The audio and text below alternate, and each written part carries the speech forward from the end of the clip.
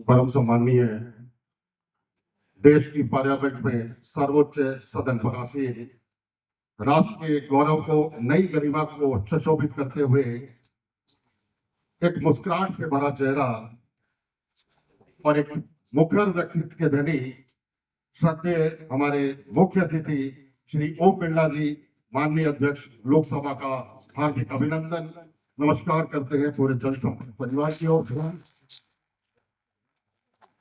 आज हमारे लिए बहुत ही गौरवमयी क्षण है कि भारतीय रेल का प्रथम जनसंपर्क सेमिनार कोटा में आयोजित किया जा रहा है। आपका आशीर्वाद हमें मिल रहा है, हम धन्य हो गए हैं। जैसा कि आपने प्रेजेंटेशन में देखा, जनसंपर्क का क्या अस्तित्व है, मैं ज्यादा समय नहीं लूंगा, लेकिन जैसा आपको बताया कि भारतीय रेल के 12 लाख कर्मचारियों में जनसंपर्क के मात्र 140 कर्मचारी और अधिकारी काम कर रहे हैं और पूरे लगन से काम कर रहे हैं, पूरे जोश और खरोश के साथ काम कर रहे हैं। लेकिन इस कैडर को बढ़ाए जाने के लिए इस सेमिनार का हमने आयोजन किया है।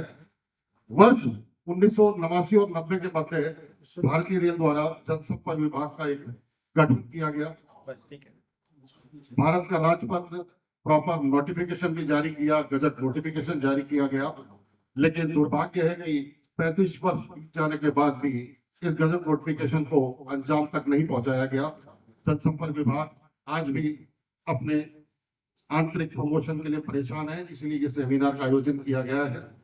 हम लोगों का जैसा सिस्टम है कि जैसे दूसरे लोगों के सिलेक्शन होते हैं वैसे ही हमारे सिलेक्शन होते हैं, लेकिन गजेटेड ऑफिसर बनने के बाद हम एक सेपरेट हो जाते हैं। हमें कह दिया जाता है कि आप मिसलेनियस कैडर में हो, जबकि भारत सरकार के किसी भी मंत्रालय में मिसलेनियस कैडर नाम का कोई भी शब्द नहीं है। लेकिन भारतीय रेल में शब्द को आ जाने से जनसंपर्क परिवार के जो अधिकारी हैं 20-20, 25-25 वर्ष एक ही पद पर रहकर सेवानिवृत्त हो जाते हैं। तो ये हमें निवेदन कर रहे हैं कि हमें इससे थोड़ा सा निजात मिले और हम भी रेल परिवार के शरीर का एक मुख्य हिस्सा है। हम सकारात्मक रूप से काम कर रहे हैं। हमें खुशी है कि प्रथम बार जनसंपर्क के प्रतिनिधि के रूप में हम मंच साझा कर रहे हैं। मैं माननीय अध्यक्ष महोदय श्री ओम बिरला जी का आशीर्वाद जो कि हमें सदैव मिलता रहेगा, मैं समस्त जनसंपर्क परिवार की ओर से आपका तहे दिल से धन्यवाद करता हूं कि आपने अपना मूल्यवान समय हमें दिया।